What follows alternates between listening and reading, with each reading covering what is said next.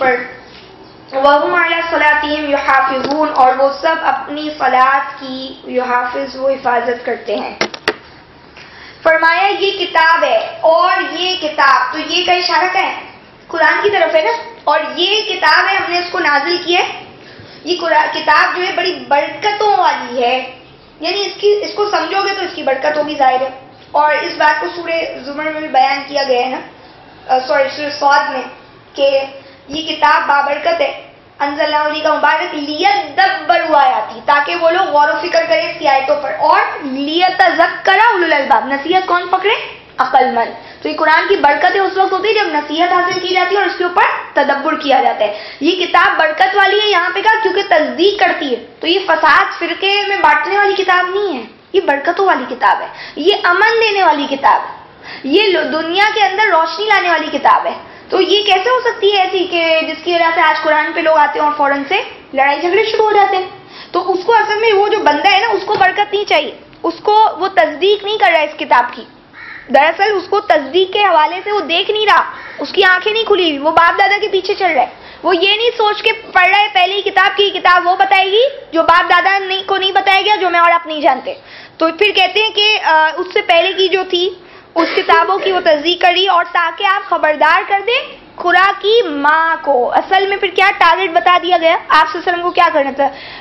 یہ آپ پڑھیں گے کہ اللہ جو رسولوں کو بھیجتے ہیں تو وہ اس کی میں بھیجتے ہیں. یعنی ہیڈ آف دا سٹی، جیسا کہ آپ کہتے ہیں کیپٹل میں بھیجتے ہیں اس کی.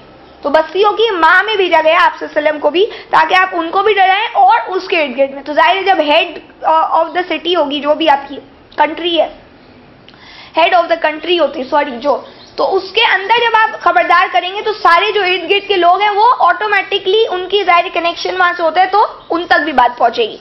تو فرمایا کہ وہ لوگ جو ایمان رکھتے ہیں آخرت پر وہ تو ایمان رکھتے ہیں اس پر. جو اللہ آخرت کو مانتے ہیں نا وہ اس قرآن پڑھا جائے.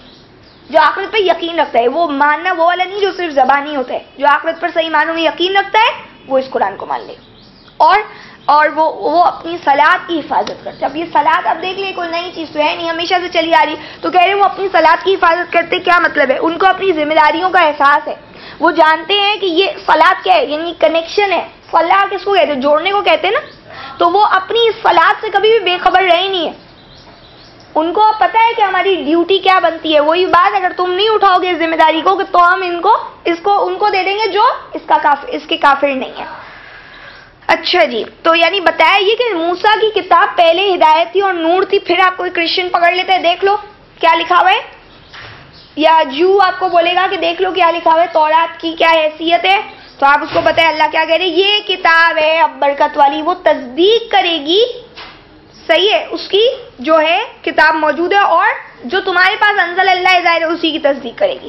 اور پھر یہ بولا کہ ومن ازلم، آیت نمبر 93، اور کون بڑا ظالم ہے، ممن افترا، اس سے جو گھڑے علی اللہ، اللہ پر کذباً جھوٹ، او قال، یا وہ کہے اوحی الیہ، میری طرف وحی کی گئی ہے، ولم یوحى الیہ شیء، اور نہیں جبکہ نہیں وحی کی گئی ہے اس کی طرف کچھ بھی کوئی چیز.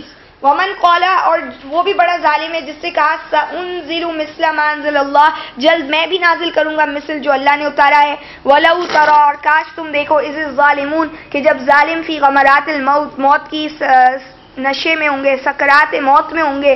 والملائکہ، اور فرشتے باسطوا ایدیہم، بڑھا کر ان کے ہاتھ اپنے ہاتھوں کو پھیلا رہے ہوں گے. اخرجوا انفسکم، اور کہہ رہے ہوں گے ان کو کہ نکالو، نکالو انفسکم، اپنے آپ کو، اپنی نفسوں کو، اپنی جانوں کو. الیوم تجزون، آج تمہیں بدلہ دیا جائے گا عذاب الہون، ذلیل ہونے والے عذاب کا. بما کنتم تقولون، اس وجہ سے جو تم تھے کہتے تھے علی اللہ، اللہ پر، غیر الحق، ناحق باتیں، وکنتم، اور تم تھے، عن آیاتی، اس کی آیتوں سے، تستکبرون، تم تکبر سرکشی کرتے تھے. فرماتے اس سے بڑا ظالم کون ہے جو اللہ پہ جھوٹ بولتے ہیں، یا وہ یہ کہے کہ مجھ پر وحی کی جاتی ہے. تو یہ نبی اگر یہ کام کرے معاذ اللہ تو اس سے بڑے ظالم کوئی نہیں ہے اگر وہ یہ کہیں کہ مجھ پہ وحی کی جاتی ہے اور اللہ کہتے ہیں حالانکہ اس کے اوپر وحی نہیں کی جاتی ہے. تو آج اگر کوئی بندہ یہ کلیم کرتا ہے تو اللہ کہتے ہیں اس سے بڑا ظالم کوئی نہیں. اور جو یہ کہتے ہیں کہ میں بھی اتاروں گا مثل جو یہ اللہ نے اتارے معاذ اللہ، میں بھی لا سکتا ہوں، اس میں کیا ہوگا، یہ قرآن کیا ہے، کون سی اتنی بڑی چیز ہے. تو آج تو کیوں نہیں لے کر آ گیا کوئی، اتنے 100 سال گزر گئے تو بھائی لے آؤ نا تم. یہ چیلنج کہاں ایکسیپٹ کر سکا کوئی. یہ تو سب سے بڑا چیلنج ہے کہ جو اس کتاب جیسی کوئی کتاب کیا ایک صورت بنا کے لے آؤ، نہیں لا سکے آج تک. تو کہتے ہیں کہ کاش تم دیکھو یہ لوگوں کا حال کیا ہوگا. تو اس کے بعد آپ دیکھیں ہمارے کتنے لوگوں نے کلیم کیا نبوت کا، اس کا، رسالت کا، پتہ نہیں کس کس چیز کے لوگ آج بھی چیزوں میں پڑے ہوئے ہیں، اور ابھی تک ہم دیکھتے چلے آتے کہ یہ ہوتا چلا آ رہے سلسلہ. تو اللہ کہہ رہے ہیں کہ کاش تم دیکھو کہ وہ وقت کہ یہ ظالم جو ہے نا اپنے ہاتھ جب ان کی موت آ جائے گی اور یہ موت کے نشے میں ہوں گے، غمرات یعنی سکرات الموت، جس وقت مدہوشی طاری ہوتی ہے موت کی، تو جس وقت ان کو اپنا بھی کوئی احساس نہیں ہو رہا ہوتا ہے، کچھ سینسز نہیں ہوتے، ان کے کام میں نہیں ہوتے. تو کہہ رہے کہ اس وقت جو ہے نا تم دیکھو ان کو کہ جب فرشتے جو ہے نا ان کے اوپر آپ آ جائیں گے اور ہاتھوں کو اپنے پھیلا کے بولیں گے نکالو اپنے آپ کو، اپنی نفسوں کو نکالو. یعنی اپنی نفس کو کیا مطلب ہے؟ یعنی وہ جس کو ہم روح کہتے ہیں اردو میں، یعنی اپنی سول جو ہے آپ چلو حوالے کر دو ہمارے. یعنی تمہارے پاس کیا طاقت تھی؟ آج تم نہ اپنی زندگی رکھ سکتے ہو اور نہ تم مر سکتے ہو اپنی مرضی سے. اتنی بے بسی ہے انسان کی. اور وہ کیا کر رہے ہیں؟ اللہ کے اوپر جھوٹ بول رہے. تو اللہ کہہ رہے وہ وقت پھر یاد ہے، یہ سب کو مرنا ہے. وہ ظالم بندہ جو ہے اس کو کیا کرے گا جب فرشتہ اس کے سامنے آ کے کھڑا ہوگا اور بولے گا نکالو اپنے آپ کو؟ اور اس وقت بندے کی کیا کیفیت ہوتی ہے؟ کچھ بھی نہیں کر سکتا وہ. اور اس وقت اس کو یہ بولا جائے. تو پھر کہتے ہیں کہ آج تم عذاب دیے جاؤ گے ذلت والا، یعنی ذلیل کیا جا رہا ہے ان کو. کہہ رہے ہیں کہ تم ذلت والا عذاب اس وجہ سے دیے جاؤ گے جو تم اللہ پر ناحق باتیں کرتے تھے. تو آج جو یہاں پہ بیٹھ کے بھی ناحق باتیں کرتا ہے اور وہ جو اپنی باتوں کو اللہ کی کتاب کی طرح سے پیش کرتا ہے کہ جیسے میری بات جو ہے نا وہ اللہ کی کتاب ہے، جو میں نے بولا وہ ایسا ہے جیسے اللہ نے مجھ پہ وحی کی ہے، اللہ نے مجھے بولا ہے. اس دن وہ ہمارے یہاں ایک عام سلسلہ عجیب چلا آ رہا ہے، آپ تو سنتے رہتے ہوں گے، لیکن میں پھر ایک بات آپ کو بتاؤں کہ کہتے ہیں کہ ہمارے یہاں کے خواب میں نبی آئے اور نبی نے یہ درود اور یہ سلام مجھے دیا. نبی آئے خواب میں، نبی نے مجھے یہ فلاں چیزیں لکھوا کے اور دی اور پھر بولا کہ یہ آگے پھیلا دینا. تو یہ کیا کر رہے ہو آپ؟ یہی تو بتا رہے ہو کہ مجھے بھی وہی ملا ہے جو اللہ کے نبی کو ملا تھا معاذ اللہ. اور نام کس کا لگاتے ہو؟ اللہ کے نبی کا. اس کے علاوہ یہ بھی بتاتے ہیں ہمارے گھر پہ شاید چھوڑ نہیں ہے. تو چلیں وہ تو پھر غوث پاک ہے، تو نبی کی بات یعنی جو ہے ظاہر ہے. جی ہاں، یہیں سے سارے سلسلے نکلتے ہیں. اور اسی لیے اللہ فرما رہے ہیں آج تمہیں ذلت والے عذاب کو جو ہے تم چکھو گے کیونکہ تم اللہ پر ناحق باتیں کرتے تھے اور تم اس کی آیتوں سے تکبر کرتے تھے. تمہیں اس کی آیتوں کا تو کوئی ہوش نہیں تھا لیکن تمہیں یہ باتیں بڑی کرنے آتی تھی. آیت نمبر 94 وَلَقَدْ جِئْتُمُونَا، اور بتا یقیناً تم سب آؤ گے ہمارے پاس فرادا اکیلے، کما خلقناکم جیسا کہ ہم نے تمہیں پیدا کیا تھا اول مرہ پہلی بار. وَتَرَكْتُمْ، اور تم چھوڑ آئے ما خَوَّلْنَاكُمْ جو ہم نے تمہیں عطا کیا تھا وَرَاءَ ظُهُورِكُمْ اپنی پیٹھوں کے پیچھے. وَمَا نَرَىٰ مَعَكُمْ، اور نہیں ہم دیکھتے تمہارے ساتھ شُفَعَاءَكُمْ تمہارے سفارشی الَّذِينَ وہ جن کے متعلق تم سمجھتے تھے انہم کہ وہ سب فیکم شرکا تم میں شریک ہے اللہ کے، تمہارے کام بنا دیں گے. لقد تقطع بینکم، اور البتہ یقیناً منقطع ہو گئے تمہارے درمیان تمام رابطے، یعنی وضل عنکم، اور گم ہو گئے تم سے ما کنتم تزعمون وہ سب جن کا تم زعم رکھتے تھے. اب کیا کہتے ہیں؟ یقیناً کہتے ہیں کہ تم ہمارے پاس اکیلے آؤ گے. یعنی اوپر جو بات بتائی جا رہی تھی وہ یہ کہ اس وقت ان کا کوئی ساتھ دینے والا نہیں ہوگا جب فرشتے بول رہے ہوں گے نکالو اپنے آپ کو، اپنی نفسوں کو نکالو آج. اور تم نے بڑی بڑھ بڑھ کے باتیں کی ہے، بڑا اکٹھا کیا مجمع اللہ کے اوپر ناحق باتیں کر کر کے. تو تم اللہ کہتے دیکھ لو تم سب اکیلے آؤ گے ہمارے پاس جیسا کہ ہم نے تم کو پہلی بار پیدا کیا تھا. انسان جب پیدا ہوتا ہے تو وہ اکیلا ہوتا ہے، وہ کسی کے ساتھ نہیں پیدا ہوتا اور وہ اکیلا ہی دنیا میں آتا ہے. تو کہتے ہیں اور تم چھوڑ دو گے جو بھی ہم نے تم کو عطا کی ہوئی تھی چیزیں. آج کس وجہ سے بندہ تکبر کس وجہ سے کرتا ہے اللہ کی آیتوں کا؟ جو اس کے پاس اللہ نے دیا ہوا ہے نا، اس کو جو صلاحیتیں دی ہوئی ہیں، جو اللہ نے اس کو دنیا میں اقتدار دیا ہوا ہے، اس کی بیسس کے اوپر وہ اور زیادہ کرتا ہے اور اللہ کو بھول جاتا ہے. تو کہا تم تو سب پیچھے چھوڑ کے آؤ گے اپنی پیٹھ کے. یہ جملے تو ہم بہت زیادہ بولتے ہیں، سب یہیں رہ جائے گا، قبر میں کیا لے کے جاؤ گے، لیکن یقین نہیں ہوتا ہمارے پاس، احساس نہیں ہوتا، بس یہ ایک جملہ بن کے رہ گئے، بس کہہ دیتے ہیں.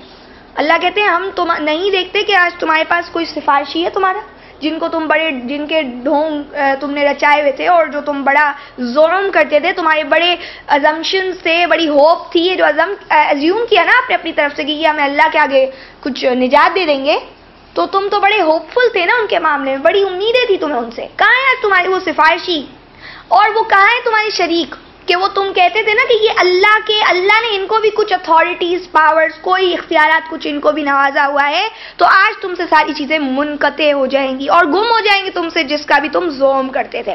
اگر میں آپ کو اس کے حوالے سے ایک بات بتاؤں کہ کس حد تک قرآن میں یہ بات ہے کہ آپ کو اور مجھے جو ہے وہ کسی کا عمل فائدہ دے جائے گا قیامت کے دن، جو عمل فائدہ دینے والی بات ہے تو قرآن میں بس وہ جنتیوں کے حوالے سے آتی کہ جب بندہ جنت میں چلا جائے گا تو اگر اس کی فیملی میں سے کوئی فیملی کا فرد جو ہے وہ ذرا اچھے ہائی سٹیٹس پہ ہوگا، جنت کی اعلیٰ مقام پہ ہوگا، تو اللہ اس کی جو دوسرے جو اس کا اہل ہے یعنی جو اس کے بچے ہیں اور جو کوئی بھی ہے اور وہ جنت کے میں ہی ہے تو اللہ ان کو ان کے درجے پہ پہنچا دیں گے، جو سورہ طور میں بات لکھی ہوئی ہے، اور ان کے عمل سے کچھ بھی کمی نہیں کریں گے۔ یعنی یہ ہو سکتا ہے صرف قیامت کے دن اگر کوئی چیز بن رہی ہے نا کسی کی وجہ سے جو کوئی فائدہ اگر ہو رہا ہے تو قرآن صرف وہ یہ فائدہ بتا رہا ہے اور وہ جنتیوں کے لیے بتا رہا ہے، وہ کہیں بھی یہ نہیں بتاتا کہ کوئی سفارش ایسی ہوگی جو جہنم سے نکال کے جنت میں لے جائے، سمجھ رہے ہیں؟ تو اس لیے دروازے سارے بند، اور ایسے ظالموں ان کا تو کچھ ہے ہی نہیں، یہ تو کوئی ان کے لیے تو یہ بات کہنے والی ہے ہی نہیں، یہ بات تو بالکل ہی الگ کی جا رہی ہے اور وہ قیامت کے دن کا معاملہ ہے اور وہ اللہ کی اذن کے اوپر ہے۔ تو یہاں پہ کہا کہ ان سے گم ہو جائیں گے جو بھی تم زوم کرتے تھے۔ 95 ان اللہ فالق الحب والنوى، بے شک اللہ پھاڑنے والے دانے کو اور گٹھلی کو، یخرج الحی نکالتے ہیں زندہ کو من المیت مردہ سے، ومخرج المیت اور نکالتے ہیں مردہ کو من الحی زندہ سے، ذالکم اللہ یہ تمہارے اللہ ہیں، فانا تؤفکون تو تم کہاں بہکے جا رہے ہو۔ کیا کہتے ہیں کہ اللہ کون ہے، یعنی اب ظاہر ہے پھر دوبارہ سے وحدانیت کے اوپر اور توحید کے دلائل دیے جا رہے ہیں، اور چونکہ بات یہاں پہ شروع ہوئی تھی حضرت ابراہیم علیہ السلام کو اللہ نے آسمان اور زمین کی ملکوت دکھائی اور وہ یقین رکھنے والوں میں سے ہوئے، انہوں نے اپنے والد سے کہا یہ تم کیا بتوں کی پوجا کرتے ہو؟ تو اب آپ پیچھے بھی اگر آپ نے دیکھا سورہ انعام میں جو ہم نے پڑھا ہے ایک اللہ کے بارے میں بار بار دلائل دیے جائے، تو اسی طریقے سے یہاں پہ پھر دوبارہ سے وہی کنٹینیو چل رہا ہے ٹاپک۔ کہتے ہیں کہ اللہ ہے وہ جو گٹھلی اور دانے کو پھاڑتے ہیں۔ کیا اللہ کی قدرت ہے، کون ہی کام کر سکتا ہے اتنا ایکوریٹ، اتنا ریگولیرٹی کے ساتھ، اس میں کوئی کمی بیشی کوئی نقص نہیں آتا۔ یہ کون سی اللہ نے فیکٹری لگائی ہوئی ہے جو بس آپ اندر سیڈ ڈالتے ہیں، دانا ڈالتے ہیں، وہ پھٹتا ہے، اس کے اندر سے سارا ایک پورا اللہ تعالیٰ کا جو پروسیس ہے، جو طریقہ کار ہے وہ شروع ہو جاتے ہیں، اندر بیت جاتا ہے، دوسرے دن آپ اس کا ریزلٹ دیکھتے ہو۔ تو یعنی یہ کیا اللہ کی قدرت ہے، کون ہے جو کر رہا ہے؟ کیا کوئی کسی دوسرے نے آگے کلیم کیا کہ میں یہ کرتا ہوں، میں نے یہ تمام جگہ کے یہ سسٹم لگایا ہوا ہے؟ کوئی نہیں کہہ سکتا۔ تو کہتے ہیں کہ اللہ ہی تو ہے، وہ اللہ کو تم پہچانو، یہ چیزیں دکھتی نہیں ہیں تمہیں، غور و فکر نہیں تم کرتے اللہ کی کائنات میں، اور کہتے کہ وہ اللہ وہی تو ہے جو زندہ کو مردہ سے نکالتا ہے اور مردہ کو نکالتا ہے زندہ سے، زندہ مردہ سے نکلتا ہے، مردہ زندہ سے نکلتا ہے۔ آپ کو پتہ ہے نا مردے سے زندہ کیسے نکلتا ہے؟ ایک عورت اگر مر جائے تو ہم کہتے ہیں کہ اس سے بھی ایک زندہ بچہ پیدا ہو جاتا ہے، لیکن اگر آپ دیکھیں تو مردہ زمین، اس سے اللہ زندگی دیتے، پانی آتا ہے اور زندگی ہو جاتی ہے، وہ بنجر زمین جو ہے وہ لہلہاتا کھیت بن جاتی۔ اسی طریقے سے اگر آپ دیکھیں تو اللہ تعالیٰ کیسے ایک انڈے کے اندر، ایک انڈا ویسے آپ اگر فرائی کر لے تو آپ کے پیٹ میں چلا جائے گا، اور اگر اس پہ مرغی بیٹھ جائے تو وہ مردہ زندہ ہو جاتا ہے۔ تو اس طرح کی اللہ کائنات میں ہزاروں نشانیاں مجھے اور آپ کو دکھاتے ہیں، اور کیا یہ چیزیں جو پیدا ہوتی ہیں آپ اور میں دیکھتے ہیں کہ کدھر سے جو ہے وہ کسی چیز میں کیڑے لگ جاتے، کیا ہو جاتے ہیں، تو کدھر پیدا ہو جاتے، کیا ان کا کوئی وجود نہیں ہوتا اور اللہ اس کو وجود بخش دیتے ہیں۔ تو کہا یہ دانے، اور دانا کیا ہوتا ہے اگر آپ دیکھیں، یہ گٹھلی کیا ہوتی ہے، پھینک دینے والی چیز، وہ مردہ چیز، اس سے اللہ زندہ نہیں کرتے کیا؟ تو فرمایا کہ یہ اللہ یہ ہے تمہارے، تم کہاں بہ کے جا رہے ہو، یہ تو اللہ ہے، اور تم پتہ نہیں کن کن سے ایسے امیدیں لگا کے بیٹھے اور ان کو سمجھو کہ وہ کچھ کر دیں گے۔ اب جب اللہ کے خلاف جاؤ گے تو پھر تمہیں کہیں جائے پناہ نہیں ملے گی۔ خالق الاصباح آیت نمبر 96، پھاڑنے والے صبح کو، وجعل اللیل سکنا اور بنایا اسی ذات نے رات کو سکون کے لیے، والشمس والقمر حسبانا اور سورج اور چاند کو حساب کے لیے، ذالک یہ تقدیر اندازے ہیں، العزیز العلیم غلبے والے جاننے والے کے۔ اچھا فرماتے فالق الاصباح، صبح کو پھاڑنے والے۔ ہم پڑھتے قل اعوذ برب الفلق، آپ کہہ دیجئے میں پناہ میں آتی ہوں رب